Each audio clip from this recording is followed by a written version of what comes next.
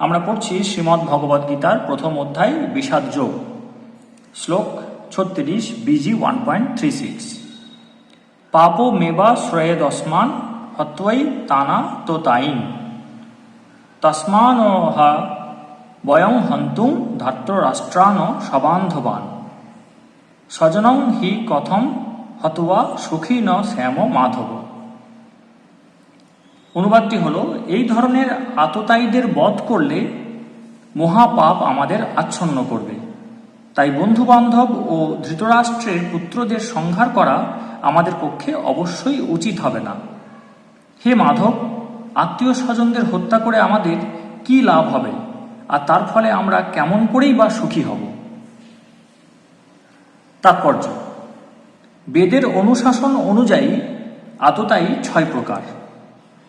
যে বিষ দান করে, যে ঘরে আগুন লাগায়, যে মারাত্মক অস্ত্রের দ্বারা আক্রমণ করে, যে ধন সম্পদ লুণ্ঠন করে, যে অন্যের জমি দখল করে এবং যে ধর্মপত্নীকে হরণ করে। এই ধরনের আততায়ীদের অবিলম্বে হত্যা করা উচিত এবং এদের হত্যা করলে কোনো রকম পাপ হয় না।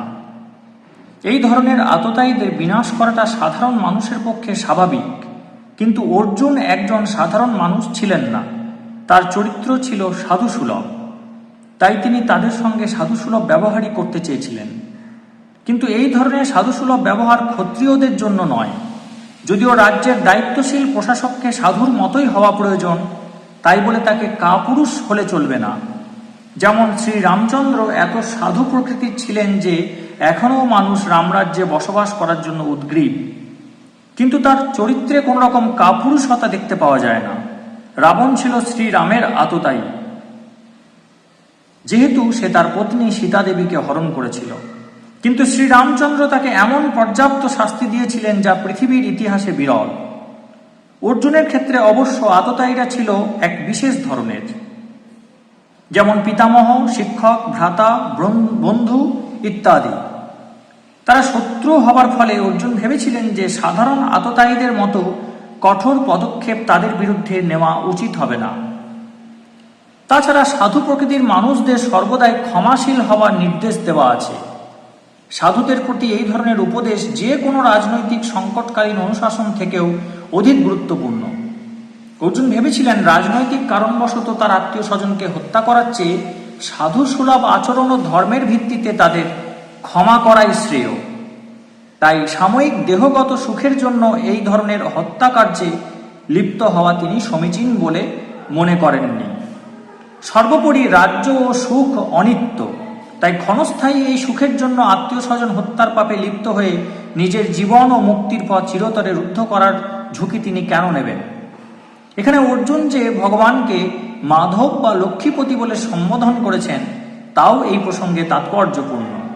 এই নামের দ্বারা তাকে সম্বোধন করে অর্জুন বুঝিয়ে দিলেন শ্রীকৃষ্ণ সৌভাগ্যের অধিষ্ঠাত্রী লক্ষ্মী দেবীর পতি।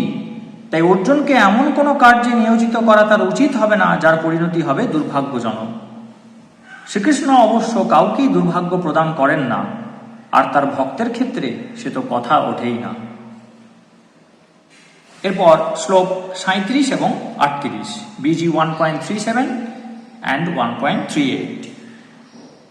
যদ্যপেতে ন পশ্যন্তি লোভপহত চেতসঃ কুলক্ষয় কৃতং দোষম মিত্রদ্রোহে চ পাতকম কথম ন দেয়মস্মাভি পাপাদস্মানি অনিবর্তিতুম কুলক্ষয় কৃতং দোষম প্রপশ্যদ্ভি জনার্দন।